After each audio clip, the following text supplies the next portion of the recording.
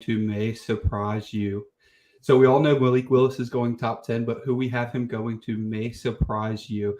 This is the 2022 Football Guys mock draft. I'm your host, Adam Wilde, joined by Chris Allen, Alfredo Brown, Jeff Bell.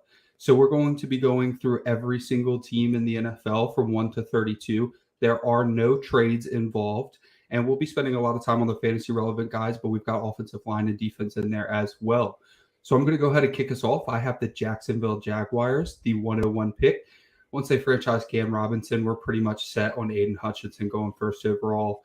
And the sports books really reflect that. So there's no big surprise. 6'7", 260, just a massive beast of a human. He's about as sure thing as Chase Young was. So he's going to go 101 in my opinion. Like I said, sports books are reflecting that. People are betting that. So I'm going Aiden Hutchinson first overall to the Jacksonville Jaguars, and I'm passing it over to Chris Allen. He's going to go with the Lions.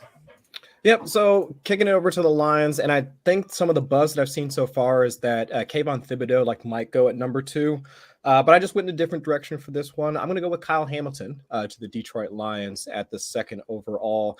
Detroit Lions, back into the league, both in pressure rate, but also just in terms of defensive rating overall.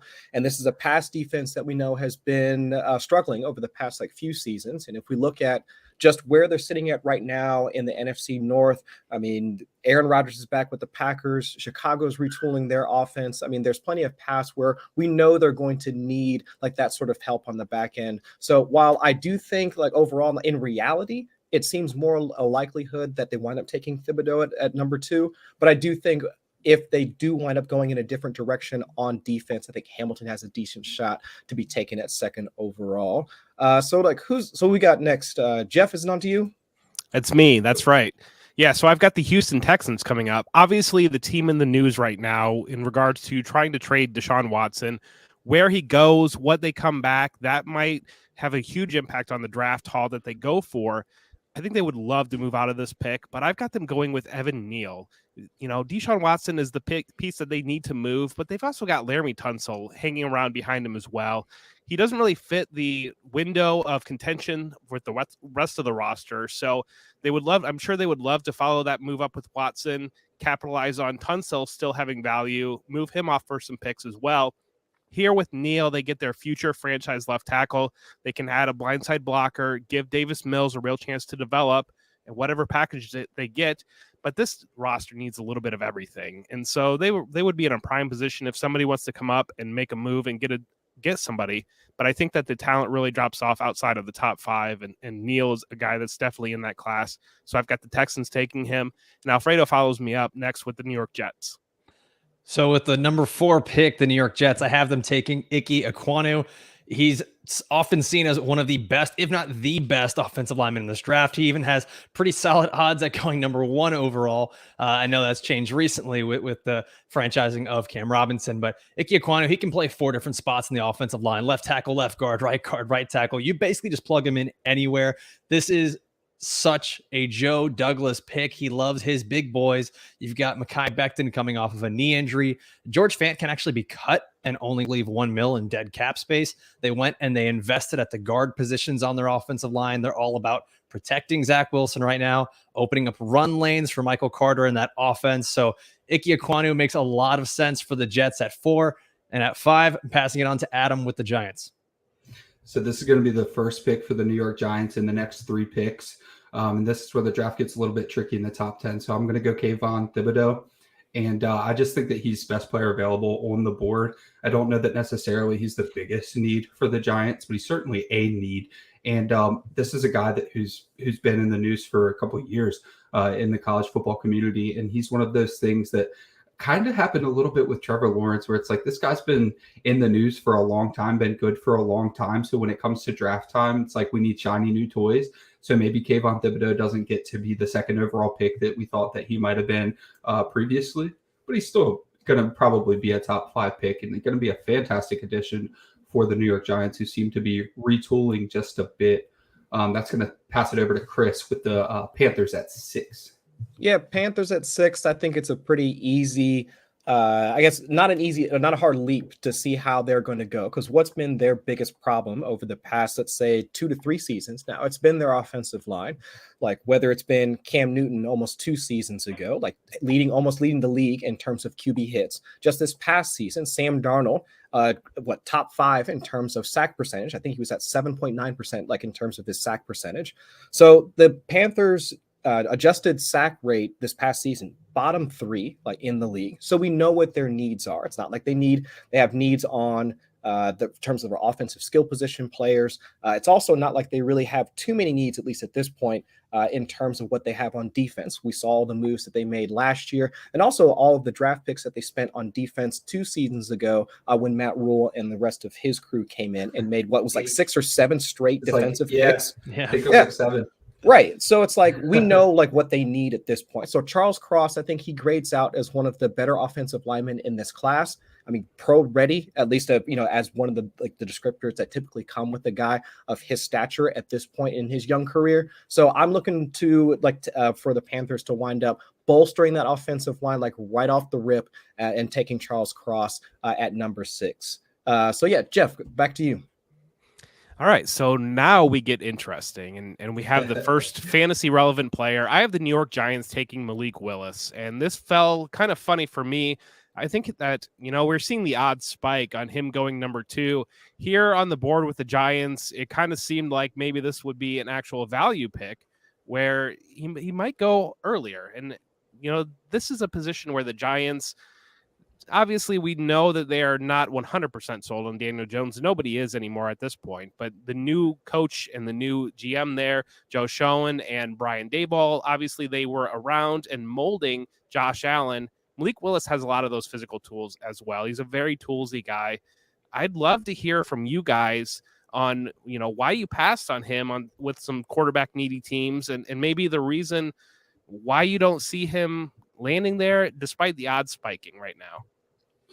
So this is the biggest point in contention in our group chat when we were doing this, and that was like 3 days ago. There's been some positive buzz on Malik Willis since then, but I believe Alfredo and I both had him going towards the back half of the top 10, which I'll discuss when I get to the Seahawks in just a minute. But I didn't have that pick to make because you took him for the Giants. So immediately my thought was, when you took him for the Giant, well, if you had the first Giants pick, would you have took him there? And you said, of course, yes.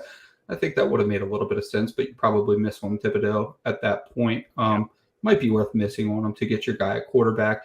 The conversation we had kind of revolved around, are they ready to take on Malik Willis at this time in a draft where, to be fair, he probably is. He's probably closer to the back half of the top 10 in next year's draft, a quarterback draft that we're really excited about, right? So in my opinion, this year, a couple guys in the trenches fits the Giants the best because Malik Willis isn't going to make that big a difference for the franchise, in my opinion.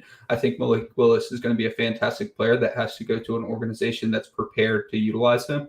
And that wasn't going to be the Seahawks either. So when I get to my Seahawks pick, I'll say why I would have even passed on him at 9, honestly, with the Seahawks. Yeah, to me, this pick was kind of shocking, honestly, the Malik Willis pick with the Giants, because like you said, Adam, we thought he might go a little bit later. If you compare him to last year's quarterback class, is he even in the top 5 amongst those guys? Where are you putting him? And so we see it every year. Those quarterbacks start to get pushed up and pushed up and pushed up. But Jeff makes a great point here, though, with Brian Daboll taking over in New York. Is that where they really focus their energy there? Do they kind of move away from offensive line and all the other things, just say, okay, you know what, this is a clean scrap. Let's start brand new all over again. And let's start with the most important position, quarterback. So it could make a lot of sense, but I'm not going to lie, I would be shocked. No, and I think it kind of makes some sense, though, as you guys were talking earlier about having Malik Willis go to the Lions, because out of the teams that we've already covered so far, I do think Detroit probably makes the most sense, at least from a quarterback needy standpoint.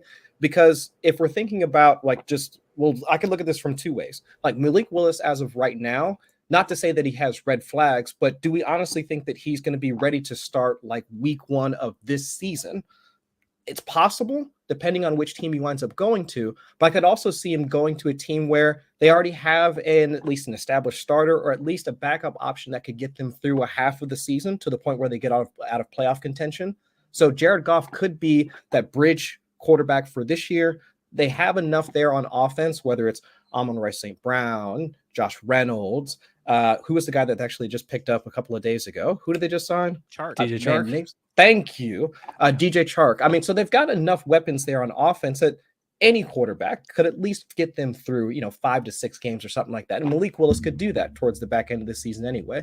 So I think out of the picks that I've made so far, he would probably make the most sense. But overall, I do think that it makes it at the same time, out of all those guys, I do kind of agree with Adam and Alfredo that it just kind of makes some sense to also see him like kind of in that free fall and go to one of those teams that maybe could wait another year and then maybe have him start in 2023. Yeah. So in my mind, go ahead, Jeff. Real quick. Yeah, in my mind, on Malik Willis because we I'm got something else to talk about real quick. Yeah, news. Okay, well, I'm going to go quick then.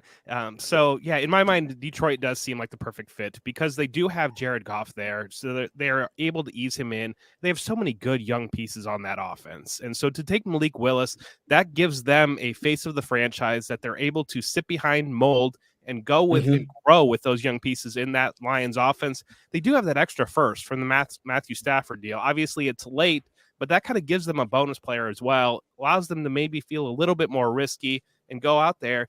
And the reality of the situation is we've got this guy that he lit up the Senior Bowl where the Lions coached him. He lit up the combine as well. If he tests on his pro day, if he breaks 4.4 on his pro day, we just know how the league is going to value these toolsy quarterbacks. Right. Absolutely. So we've got Devontae Adams traded to the Las Vegas Raiders. Just wild, man. Wow. So let's riff on that for just a second because it's first straight pick. So, I mean, we're not going to trade. Sorry, people listening. We're not changing the whole draft on the fly. But the Raiders pick is probably belonging to the Packers now. It says for multiple picks. I don't know how do you retain Aaron Rodgers on multiple years? And this is a guy who wouldn't come back if not for Randall Cobb. And you traded Devontae Adams, who was probably the primary reason he stayed. I mean, who wants to discuss? I mean, so Derek Carr, QB1? Yeah. I mean, is that where we're at right now? Quarterback one or just a quarterback one? I mean, top 12? Sure.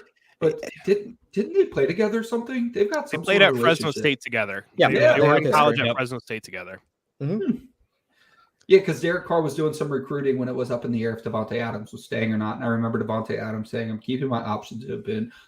He said something like, I'd be remiss to say that I'm not waiting on Aaron Rodgers to figure out his situation, yada, yada. They got it all together. He came back. Then he was under the franchise tag now, and now he's been traded. I mean, I thought the talks were going well for a long-term contract, and obviously not. This blindsides everybody. There was no rumblings of this. No, I mean, that's completely new to me. And I guess my real question is, so now with Green Bay, they've already moved on from Devontae Adams. NVS is still sitting out there in free agency. I mean, what is this offense supposed to look like now moving forward? I mean, who's supposed to be left? We've got something for that here later, Chris. Yeah. I guess this is we're gonna have to talk about that. Good tease. Good tease. That's why you're the host. If they're picking up the Raiders pick, they're going to be in a position to add 2 very talented wide receivers in a deep wide receiver class. I would have to think that they're going to look in that direction. It's still free agency. Will Fuller's still hanging out there. Juju Smith-Schuster is still hanging out there. Obviously, we saw Allen Robinson sign today with the Rams, and there was a relationship with Allen Robinson where the Packers targeted him before he went to the Bears. Maybe that deal's not signed yet. We've seen players flip-flop left and right, so maybe there's some back channel communication there where Allen Robinson. I did believe it was officially signed, actually. Was it? Okay. I'm pretty sure I saw it, but I wouldn't be surprised. J.D. McKissick changed his mind. I'm just saying we've seen it already, but it's interesting. A lot of pieces now in that Raiders offense, with Hunter Renfrow there as well, Darren Waller, Josh Jacobs, and they're going in. They signed Chandler Jones, and we know that AFC West is a arms race right now. But there's 2 things to unpack there: the Raiders offense, new look with Derek Carr, and then who is Aaron Rodgers going to throw to? Man, that division's going to be so much fun. Wow, yeah, absolutely. So that puts you back on the clock with the 8th pick. Speaking of wide receiver, Alfredo, you're up with the Falcons. Yes. So with the 8th pick, the Atlanta Falcons are going to take Drake London. They don't have anyone else in this team that catches passes besides Kyle Pitts. They've got Olamide Zaccheaus and Frank Darby, Christian Blake. Like, I don't care who the wide receiver is, just take a wide receiver early in this draft. And for a lot of people, Drake London is that top wide receiver in the draft. And that's kind of one of the things you're going to see. There's not really that much of a consensus. Some have Drake London, some have Garrett Wilson, some have Treylon Burks. And so it kind of really depends what that offense does. For me, Drake London, he's the guy that if you believe in yourself as a coach, as an offensive mind, you can use the traits he has and turn him into that alpha receiver. And to me, it's just one of those things that with Matt Ryan or Deshaun Watson, whoever the quarterback is over there in Atlanta, they get even close to the red zone. You got Drake London on one side, Kyle Pitts on the other side. You got two guys running around 6'4", at that height, going up 50-50 balls. It doesn't matter who the quarterback is. There's going to be a lot more points scored over there in Atlanta. They have to go out and get an offensive weapon for whoever the quarterback is. Mm-hmm. Sure. So that puts me on the clock with the Seahawks. This is a pick that I alluded to earlier. So my decision at the time, so we did like a draft of the mock draft earlier in the week, knowing that free agency was going to throw us for a loop. So we'd have to change some things, but we got some names on some paper, and I wanted either Ahmad Gardner or I was considering Malik Willis. Well, Malik Willis was already gone, and I felt like Gardner fit that role, but I ended up with Derek Stingley. Once we did it over, I got Ahmad Gardner, and I think that's perfect for the Seattle Seahawks. Now, a lot of people were thinking quarterback, and maybe they could trade back and grab a quarterback, but Pete Carroll has never, ever wanted the quarterback to take the reins. Even Russell Wilson was a third round pick, right? And they were going to roll with Matt Flynn before Russell Wilson just absolutely took over, right? So it isn't that Pete Carroll wanted to invest in a superstar, maybe future Hall of Famer, hopefully future Hall of Famer. That happened to him, and he's admitted that that's why he has kept his job for this long. That doesn't mean that's what he's going to stick to. He wants to run that rock. He wants to play good defense. How do you play good defense? You get back to the Legion of Boom. How do you get back to the Legion of Boom? These long, lanky corners that are quick, that can just blanket people on the defensive side of the ball. So I think that Ahmad Gardner fits perfect. I'm glad that when we got to redo this draft, I got to take Ahmad Gardner because I just didn't. Derek Stingley felt like a little reach. Like, I really like him, and I think that he's going to do very well. He's going to be a pick here soon, but he just didn't fit Seahawks and feel as good to me as Ahmad Gardner feels.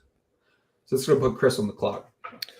So one of my original picks was going to be Drake London or even possibly Garrett Wilson to the Jets, just because at the very least, it didn't seem like the Jets bringing in Corey Davis last year wasn't really capable of getting it done. But also now looking at last year's draft, what the Jets wound up spending, what was it, 4 picks on offense? What was it, Elijah Vera Tucker, Michael Carter, Elijah Moore, and then also Zach Wilson. So I think that looking at what the team needs overall, they wind up kind of shifting their focus over to the defense, because that has also been sorely lacking over the past couple of seasons. Now, I do think their secondary requires a bit more attention than their defensive front, but either way, looking at them picking up Trayvon Walker for this pick, add to that defensive front, bottom half of the league in terms of defensive pressure rate.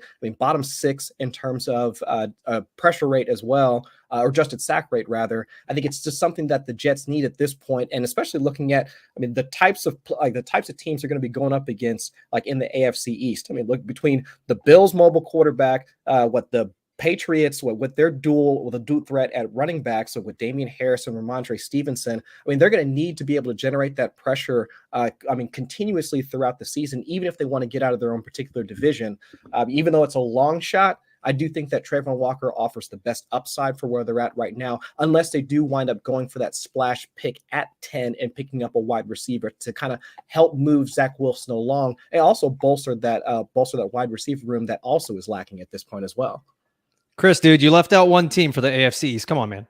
Oh yeah, I know. Miami. I know I've got to talk about Miami. I can't hate on them at this point. No, they're making all the right moves too. And of course, with the fact that they've also added to their running back room as well, they're going to need that interior pressure too. So yeah, absolutely.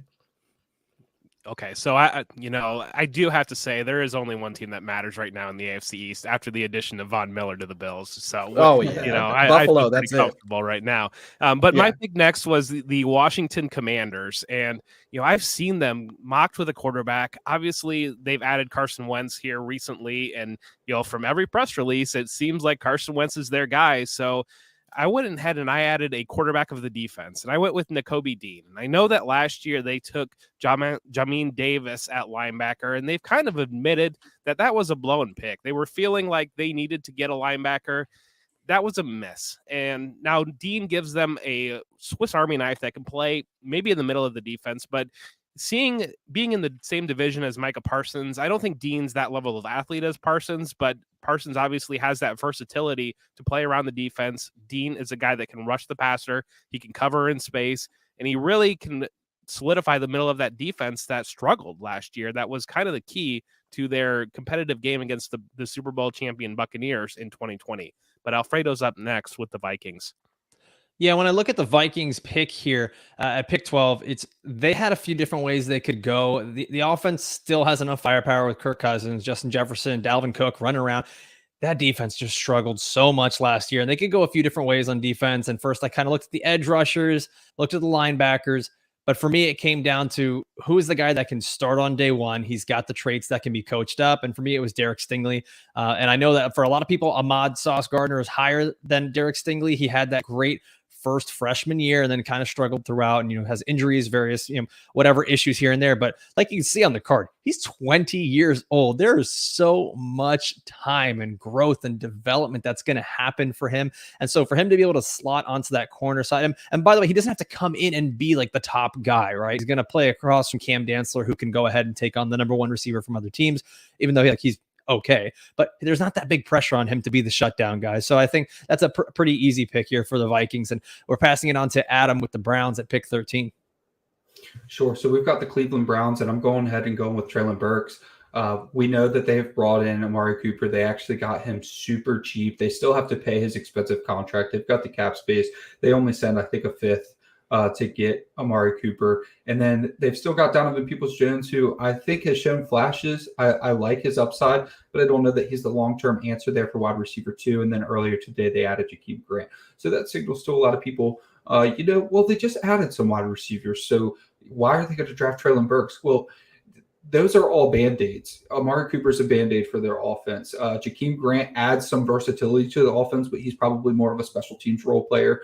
And then Donovan Peoples-Jones, you can't put all your eggs into the basket when you haven't seen enough from Donovan Peoples-Jones. I played enough Showdown to know that Donovan Peoples-Jones will let you down, especially in an island game. So Donovan Peoples-Jones, while he may develop, is not Treylon Burks, and he wasn't Treylon Burks when he was drafted. Treylon Burks is a well-rounded wide receiver. He is fit to be an NFL wide receiver 1 right away, similar to how Drake London was earlier, an earlier pick. Treylon Burks is my wide receiver 1 dynasty. I don't believe he's going to end up being the wide receiver 1 in the draft. I do think Drake London will end up going ahead of him, but Treylon Burks is a long-term answer, especially when now you have quarterback concerns, right? So you need to have some sort of building block for your future. You can't just have a bunch of guys, especially since Amari Cooper's first week, all this turmoil with the Browns. You think he's staying there long-term, and then you don't know that Donovan Peoples-Jones is going to pan out for you. You need something to feel good about after so many years of the quarterback carousel. So what better way to bring a quarterback into your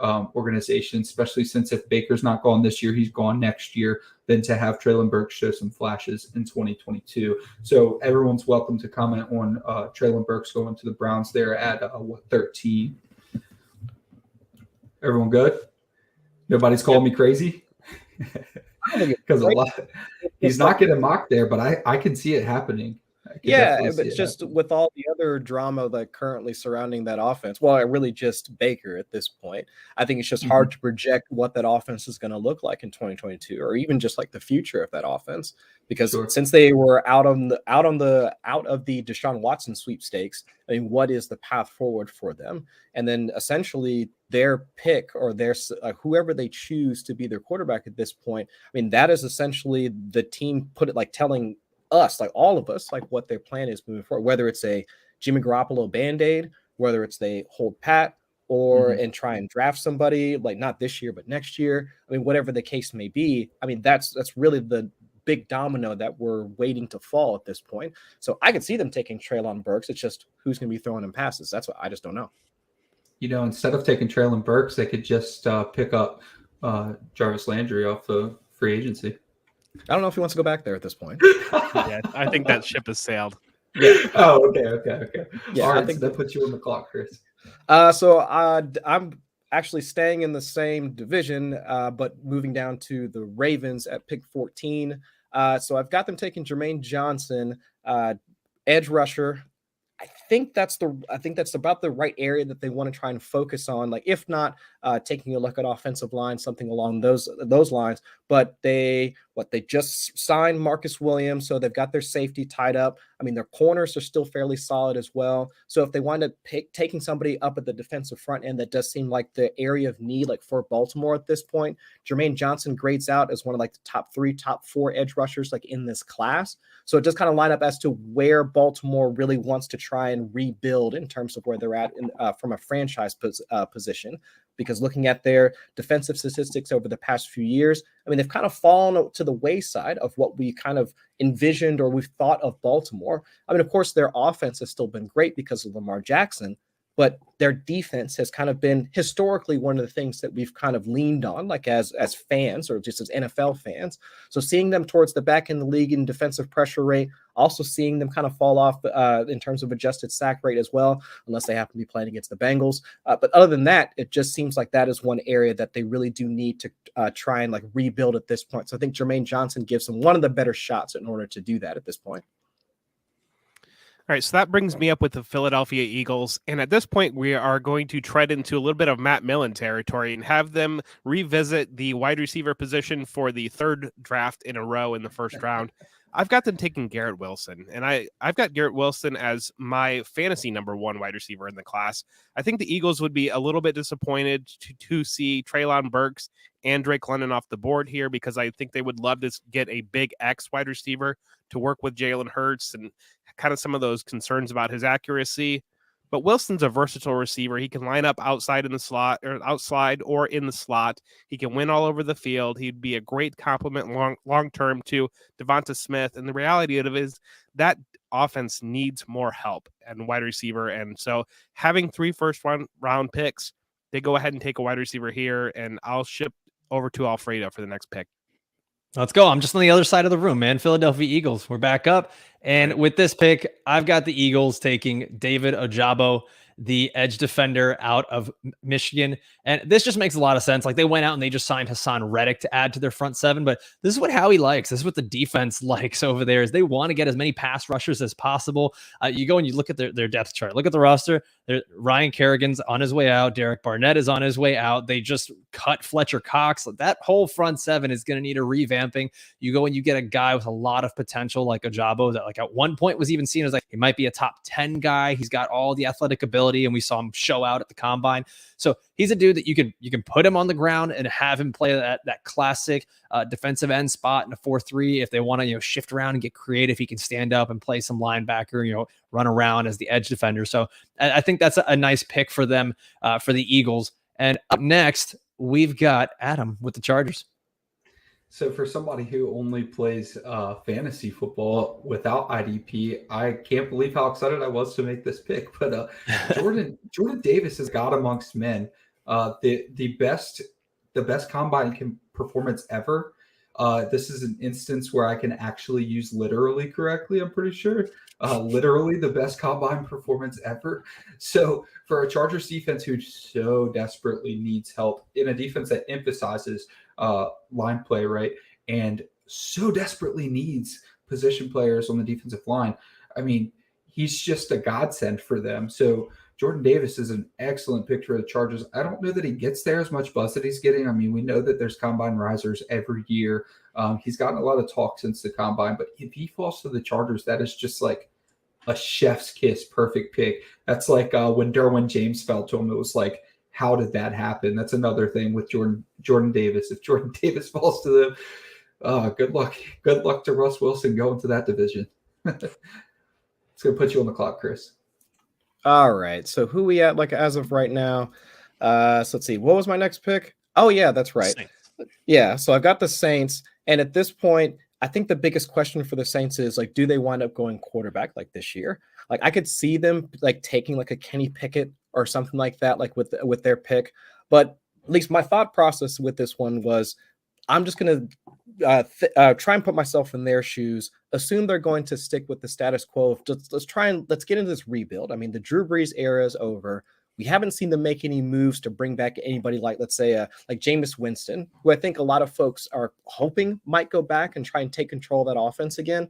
But either way, since we haven't seen that happen yet, they might be rebuilding to a point where maybe in 2023 they take a shot at that particular quarterback class. So what makes the most sense right now? Well, let's build in the trenches. So I think with their pick at 18, they wind up taking Devonta Wyatt.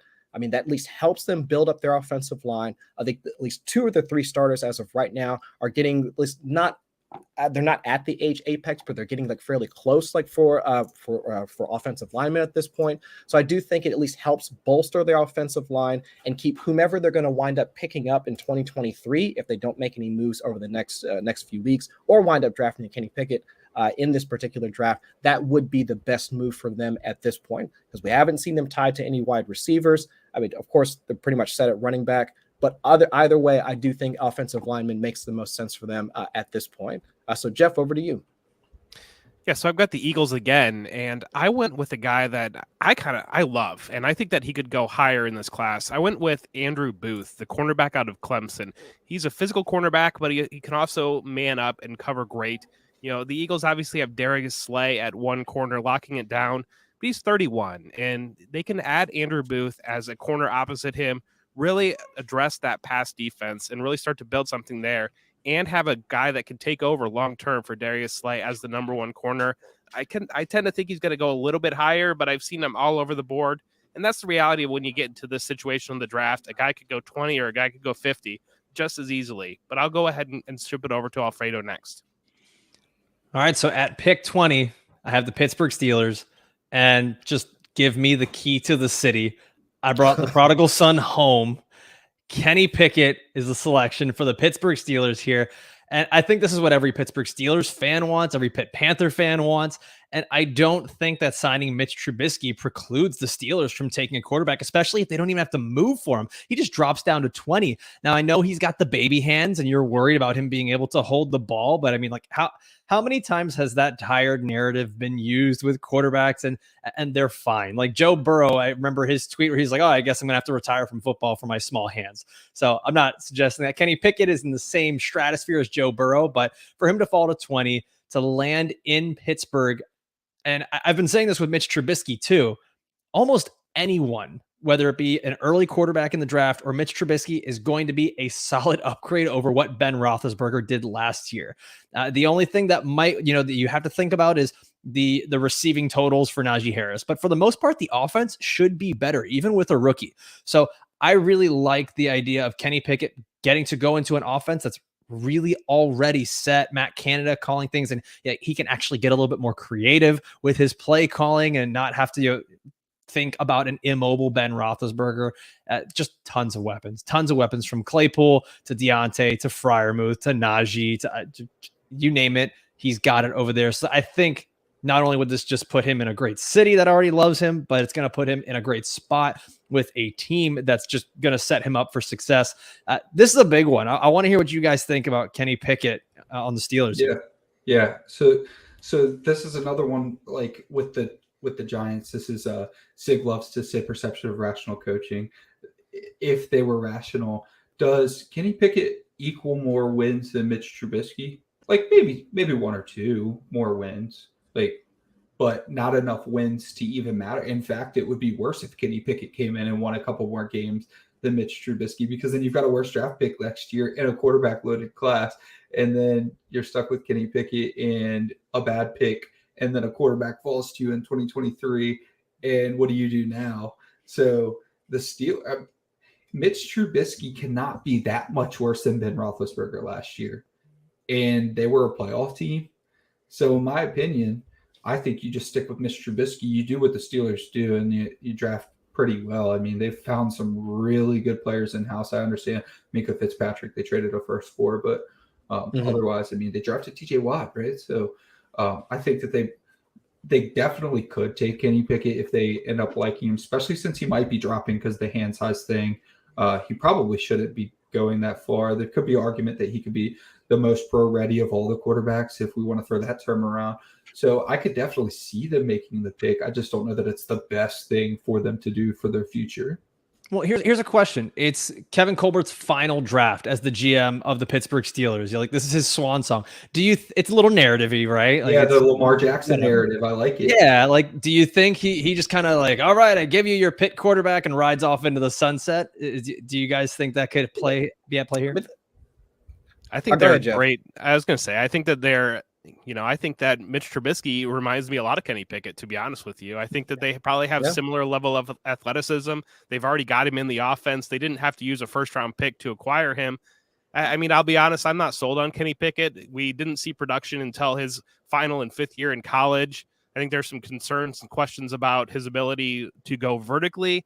And I think a lot of the offense in Pitt, Jordan Addison is a phenomenal wide receiver. We're going to be talking about Jordan Addison a lot this time next year, probably one of the top 5 wide receivers in college football.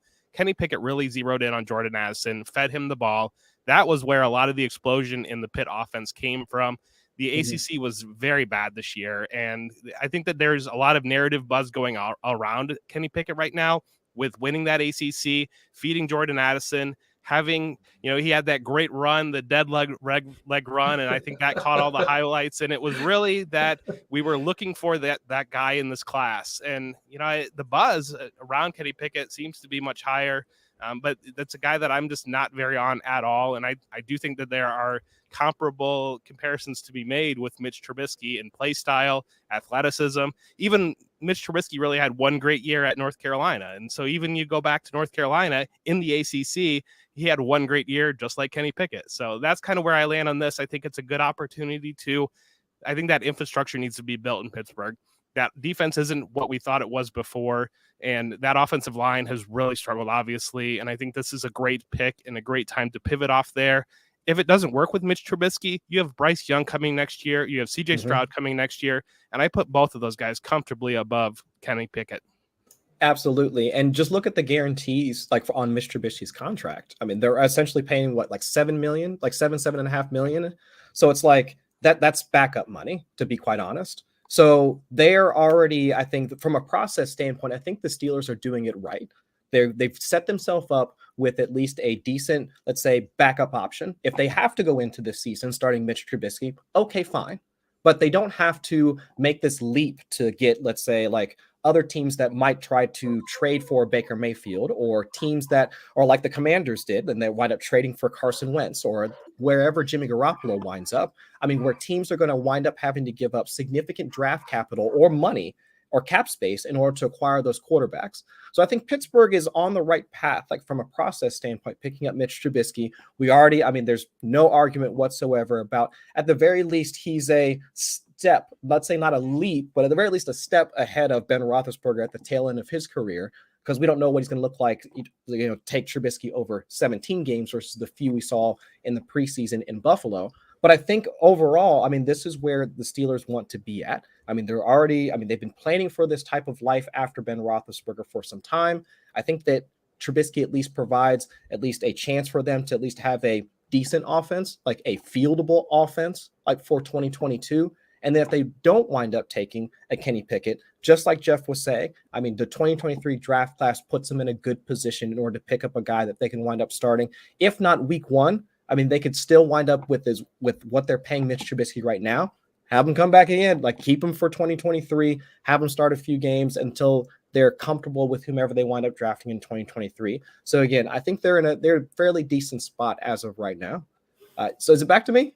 No, it's on me. So okay. Of course, all of us rip Alfredo's pick, but obviously Kenny Pickett's a first-round pick. So sorry, Alfredo, somebody had to take him, dude.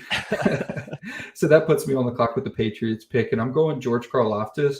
For reasons I can't really explain, they traded Chase Winovich for a bag of peanuts. So they kind of created this need for themselves, right? Because I felt like Winovich was a pretty promising pass rusher, and he's gone, right? And he seemed like he was pretty loved there too. That was a big surprise. It went really under the radar. It was a big surprise to me that he got traded. So anyways, that puts George Karlaftis as my pick, the best defensive end on the board.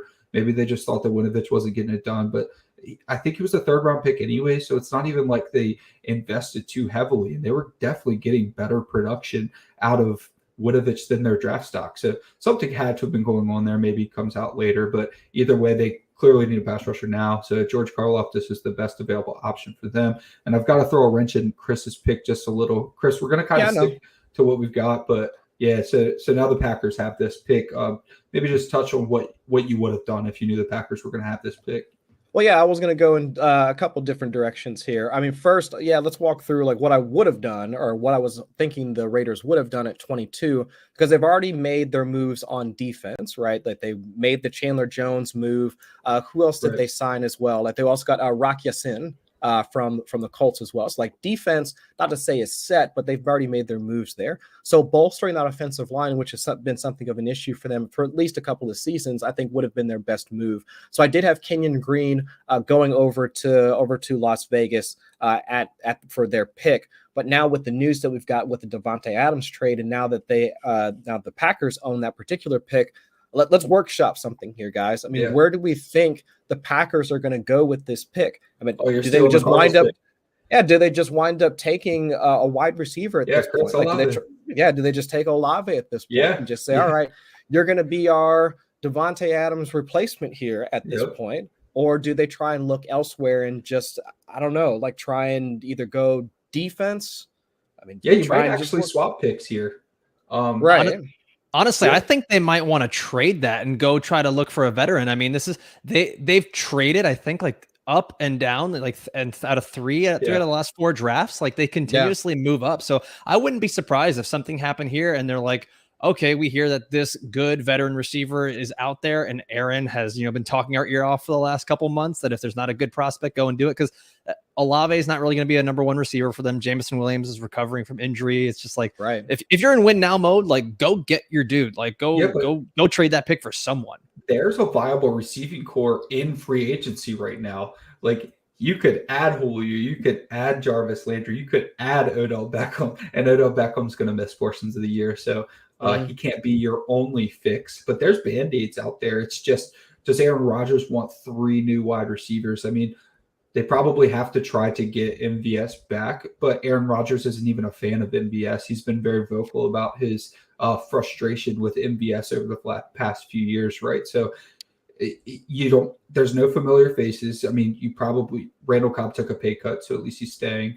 But it's just Lazard has shown some promise as a wide receiver too, but definitely no ability to be a wide receiver 1. I guess maybe you grab Julio, but Julio missed so many games. It's just really, really tough move that they made. I'm surprised Aaron Rodgers is going to play for him, to be honest with you. At this point, I'd probably just back out.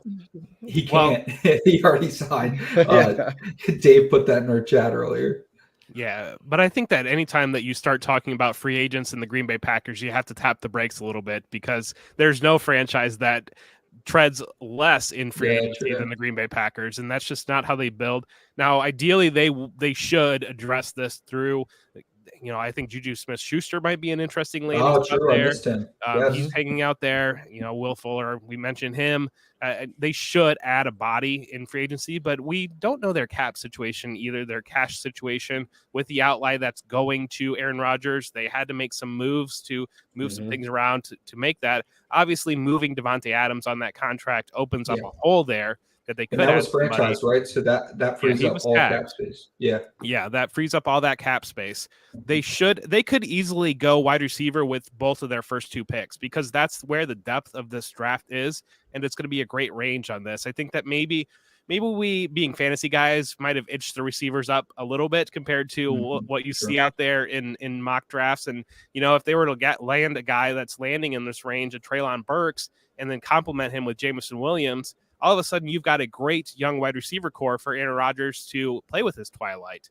But I have the next pick here. If you guys are done talking about the Packers and this potential pick, and I know we have them coming up again. Yeah, go ahead. Yeah, so I've got the Arizona Cardinals, and I did go with wide receiver here, adding to the Arizona Cardinals. I got Chris Olave here, and Chris Olave is a guy that it does kind of seem like once you leave our comfortable, safe space of fantasy Twitter and venture out into draft Twitter, he's kind of going higher, I think, than what we've got him in our minds and fantasy minds, because he's a guy that he can win vertically, but you can also use him in the intermediate areas as well. You can get him the ball quickly and let him work with the ball in his hands. And I think Arizona, we know that they took Rondale Moore last year, and he's kind of in a very limited role. He's not going to be a guy that's going to consistently win downfield. And so adding Olave here to the wide receiver core, we're not quite sure what DeAndre Hopkins has left. Hopefully he's got a couple more productive seasons, but Olave gives them a guy that can really grow and replace that Christian Kirk loss. And they really need that in the wide receiver core right now. But I'll toss it over to Alfredo for the next pick. Yeah, with the next pick here, I've got the Dallas Cowboys up, and sorry, there's no fun offensive fantasy guys here. As much as we want like Treylon Burks to fall over there, the Cowboys have lost like 6 starters on defense. At linebacker, they got Leighton Vander Esch, who's a free agent, Keanu Neal. They've lost pass rush. So here's a move here that can kind of fix a few things. You put Micah Parsons back over in that pass rushing role that he did so well in this past year, and you draft Devin Lloyd to just run around the middle of that defense and captain it. Look at that. We have no idea how old he is, but from his traits, he's 6'3", 237, and that fantastic 40 time. He's just, you put on the film, and he's just an athlete. He can really play any one of the 3 linebacker spots because of his athleticism. You want him to spy the quarterback. You want him to cover your tight end one-on-one. You can even get him out on the slot receivers, and he brings so much value. And I know that Jerry likes the big name guys. And anytime, let's just like Jeff said, you get out of the fantasy aspect, you start looking at what the NFL draft guys are saying, and Devin Lloyd is consistently a top 10 prospect, regardless of his position. So you see that fall to the Cowboys here, and that's a great pick for them, even though it's not as sexy for fantasy. But on to Adam with the Bills. Yeah, so I went Trent McDuffie with this pick, and it's a little bit odd. I mean, when I first looked at this, I said, oh, obviously Breece Hall, but I had to pump the brakes for a minute. They've taken running backs in the 3rd round for the past couple drafts. They tried to spend very cheaply in free agency with J.D. McKissick, and I thought about it, and I said, this team doesn't really have a lot of holes, especially not in the secondary, which I fully understand. They have one of the best secondaries of the league. They will also have the ability to get creative, and those safeties can definitely get up in the box a little bit more. We're seeing a lot more nickel in the league, so I could definitely see them adding Trent McDuffie, just in my opinion, the best player available at this pick, and just bolstering. Hey, add strength to strength. I mean, you're making a run for the Super Bowl. Obviously, Jeff's Bills, you see his background there. So adding Trent McDuffie would just make you basically unstoppable, and especially in a division where you could really just take it and run with it. Sorry, Alfredo, but in a division where you've got a really good chance to make a deep run into the playoffs, definitely just add the best player available. Don't pigeonhole yourself into a position of quote unquote need, especially not running back when you don't use a running back ever. Yeah. So it's going to be Chris on the clock. All right. I mean, now that I'm thinking back to like all the picks I had to make, like, can we just like redone the order so I could like gotten some teams that actually needed like fantasy relevant guys? Nope. Because like all these teams, like outside of the Saints, I guess I could have done the Saints or whatever. And we talked about the Lions earlier too. But like the Titans, even when I was trying to like force the issue, I couldn't think of them spending a 1st round pick on any of the offensive skill position players at this point. Running back, no. Wide receiver, no. I mean, tight end is like as often as I wound up rostering like Anthony Ferkser, like I don't think they're going to wind up spending a 1st round pick on a tight end in order to give me some more fantasy production. Yeah, definitely not this year. No, so I went with the boring pick. I mean, Zion Johnson, guard, could help like with the running game as well. So if we want to try and prop up Derrick Henry for another season, I mean, it could wind up being like the pick that they wind up taking in order to help bolster their offensive line. If I'm remembering correctly, like last year, like I think they took a tackle last year, if not the 1st round or 2nd round. But then they also were looking at drafting, I think it was like Caleb Farley, I think was their 1st round pick last year. So on the defensive side. So, I mean, it does look like switching back over to offensive line, because they have been one of those teams that does focus on trying to build through the trenches. I mean, look at their defensive front. But still, I think Zion Johnson does offer them the best chance to like continue to be able to protect both Ryan Tannehill, keep Derrick Henry upright for like some of those longer runs, even though he's getting a little bit older as well. So I do think like Zion Johnson like does the best for them at this point. But over to you, Jeff. All right. So everybody in fantasy land, get ready. You can all rejoice. I have delivered Breece Hall to the Tampa Bay Buccaneers. And I Let's think go. this would be the pick that would light fantasy Twitter on fire during the draft. This would be our guy that would plug the first round in redraft. We would, I think that he's clearly the top running back in this class in my mind. After seeing combine testing, there were some concerns about him athletically if he would reach there, and he goes out there and runs a 4.39, kind of addresses those concerns, and this guy's got it. And so he's been productive since he's gotten on the field. Plugging him into that Tom Brady offense, that Buccaneers offense that right now just has Keyshawn Vaughn dotting the top of the depth chart, would send fantasy rejoicing, and it would put this guy comfortably at the top of probably every one quarterback dynasty draft. And like I said, put him in the first round in redraft as well. Yeah. I might take him I might take him 101 in Superflex, to be honest with you. I mean, we'll see where Malik Willis. Yeah, Malik Willis goes. We're going to talk 103 for sure. Willis. But I'm not taking we'll be here forever if I start talking about receivers versus running backs in dynasty rookie drafts. But Breece Hall is going to have a good case for 101 in rookie drafts. I mean, Jonathan Taylor went 101 in some Superflex drafts, so that's wouldn't be too crazy, especially a draft that's not too heavy on quarterback. If you don't sell yourself on Malik Willis, you better not take a quarterback at 101, in my opinion. So, hey, maybe Breece Hall 101, especially if he goes to Tampa. Well, Jeff, I can't believe you were slandering. I can't believe like you were sitting there slandering like the backup running back. I mean, for the Tampa Bay Buccaneers at this point. I mean, like, what is going on here, man? If his family's watching, I feel very sorry about that too. The family, Bruce Arians said he could be a 3-down back. All right, Bruce Arians said he could be a 3-down back, and we always have to believe what he says, right? So, of course, he is at the top of the list of guys that I would believe. I do think that there was a little bit of a correction after everybody missed on Justin Herbert after he slipped a little bit in Superflex drafts. I think that everybody rushed the quarterbacks to the top following that. And I think that there's kind of that is still in the back of everybody's mind that they don't want to miss on the next toolsy quarterback that's going to be. I mean, Justin Herbert's comfortably, most have him as 103 in startup value. And so he's kind of right there. And so I think that you're fighting against that mentality, but I can't blame you that this would just be the perfect mix of landing spot, of talent, of everything that you could ever ask for in this class.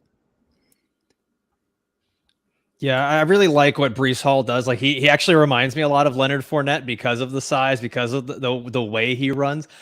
This is another one. Like I would be a little surprised if a Super Bowl contending team drafted a running back, only because you can probably get them so cheap, and they probably will have Leonard Fournette come back. But Jeff, I'm one of the. I'll admit it, guys, and it's just kill me, whatever. I'm one of those guys that I actually don't have Breece Hall as my number one running back. I have him as my number two, but a landing spot like this would definitely tip the scales. Tom Brady offense, like, dude, come on. If you can get Leonard Fournette to catch passes, you can get Breece Hall to do anything in that offense. Well, then who do you got at 1, Spiller? No, sir. Good Kenneth Walker III out of Michigan State. And I know there's a lot of people that don't like it because, he can't catch as if he just doesn't have hands. But yeah, no, that's my guy as my RB1. You sound like me trying to defend AJ Dillon coming out. That puts you on the clock, Alfredo. Speaking of A.J. Dillon, all right, we're at number 28, the Green Bay Packers. And no, don't worry, I'm not going to give him another running back or quarterback here. But we already talked about this, the wide receivers, a guy that I honestly think had he not gotten hurt, Jameson Williams would have been the wide receiver 1 that a lot of people were talking about. And especially if he would have gone to the combine, I think he probably would have been the fastest guy there. No disrespect to Tyquan Thornton, but Jameson Williams, he just, man, a lot of people talked about that they didn't like the fact that he transferred from Ohio State because, he wasn't living up to the competition and all that. And it's like, no, man, like you're only in college for a limited time. Go somewhere where your skill set is going to get on display. And it's not like he left there and went to Coastal Carolina and put up a big season. Like he went to Alabama, dude.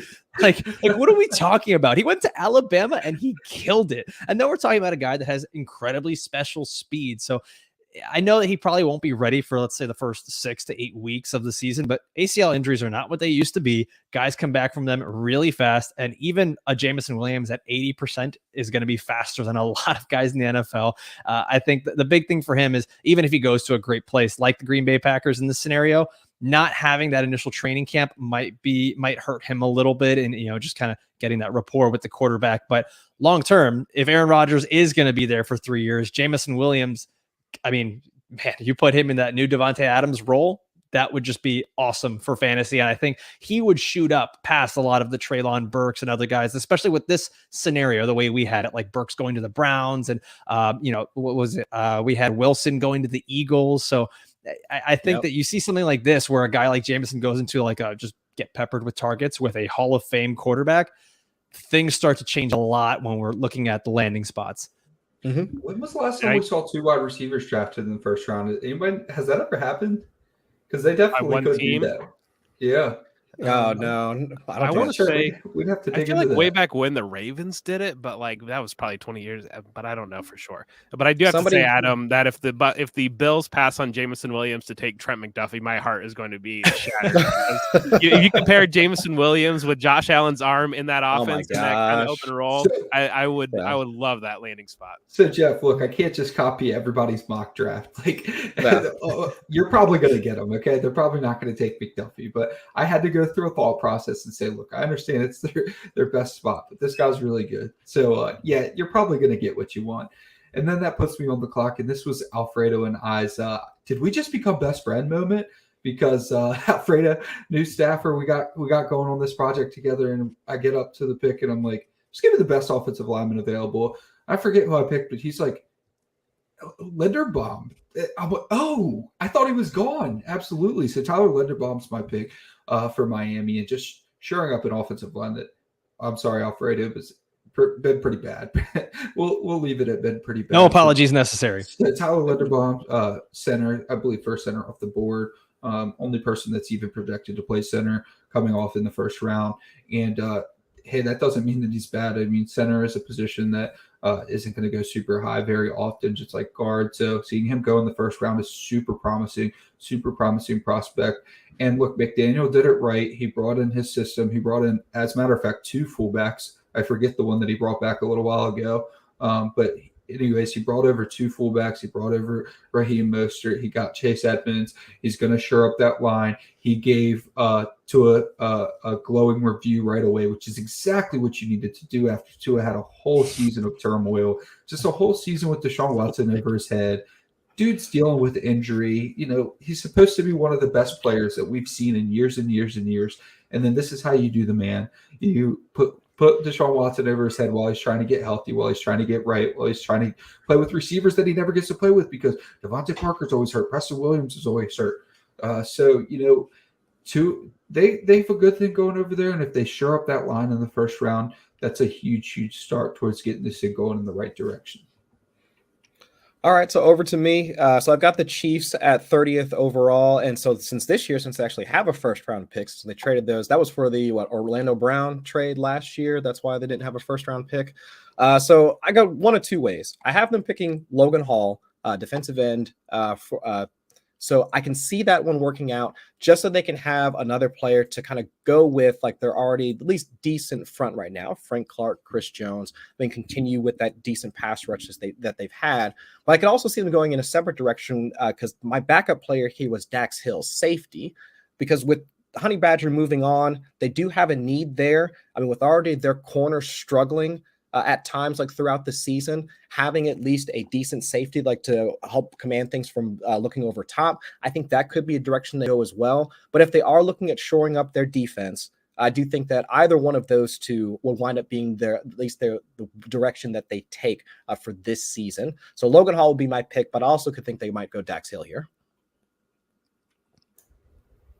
All right, so that puts me up with the Super Bowl runner-up, Cincinnati Bengals, and I've got them going with Trevor Penning. Trevor Penning is a guy that he kind of seems to be landing in the fringe top 10 territory, and he's a guy that can project to being a potential franchise left tackle. Obviously, the Bengals have shown the desire to improve that line for Joe Burrow. We know that's a concern. Now, it does kind of seem like La'el Collins might be the addition that the Bengals go with, and that opens up them to go with another direction in the draft. I'm sorry, Alfredo, but congratulations to Chris. But we've seen the Bengals already strike and get 2 starting potential guards in free agency, and so adding Collins would be the makeover. But Penning is a great prospect here, and so this was a perfect marriage of value and availability when I got on the clock here, and giving Burrow just another guy that could potentially protect him up front long term. But Alfredo can close us out. Yeah, let's close this thing up. So at pick 32, we've got the Detroit Lions going up for their second pick here, and I wanted to have a little fun. Okay. I thought about maybe a quarterback. I'm not a huge fan of the quarterback here, and I don't know that they would want to reach for a guy that they don't truly believe in. They already kind of picked up their defensive player, their safety, Kyle Hamilton. I looked at pass rushers. I looked kind of like all over, and there wasn't really the guys that fit there. So I said, you know what? There's no way. If they're going into the season with Khalif Raymond as their starting wide receiver, let's bring in Jahan Dotson out of Penn State. He's called Jahans because, he's got, in my opinion, he's got the best hands out of every single receiver in the draft. And if you ran a 4.43, the guy's got speed. He's got hands. He's actually a pretty solid route runner. He was the offense for Penn State this last year. So I think the cool thing, and one thing that I've just been kind of saying on every show that I've been on or what I've been doing is with the Lions, what fits so well is that DJ Chark, Amon-Ra St. Brown, DeAndre Swift, TJ Hawkinson, and then now Jahan Dotson with this scenario, there's not really any redundancies in that offense. You don't have a bunch of guys that do the same thing, kind of like what's happening over in Jacksonville. You have 5 dudes that all do the exact same thing. So in Detroit, you go and you set up an offense that has all these weapons, a good offensive line. Now next season, you're looking at a team that maybe a free agent quarterback or a quarterback is demanding a trade to want to go there, or you have something set up perfectly. I know, right? That sounds crazy. That quarterback wanting to go to Detroit, but that you also have something set up for a rookie quarterback next year that you just put them around this great offensive line, all these great weapons, and I think it would really complete the offense. Jahan Dotson, who, I know that it's another wide receiver coming off the board, but that's the strength in this draft. So I really liked him here. So we keep giving people 2023 quarterbacks, and that means that it's going to turn into the contrarian point being taken quarterbacks in 2022. So that's going to do it for us. That's a 2022 NFL mock draft brought to you by Footballguys.com. Save time, worry less, win more. For Chris, Jeff, Alfredo, and myself, thank you all for coming out. We'll catch y'all next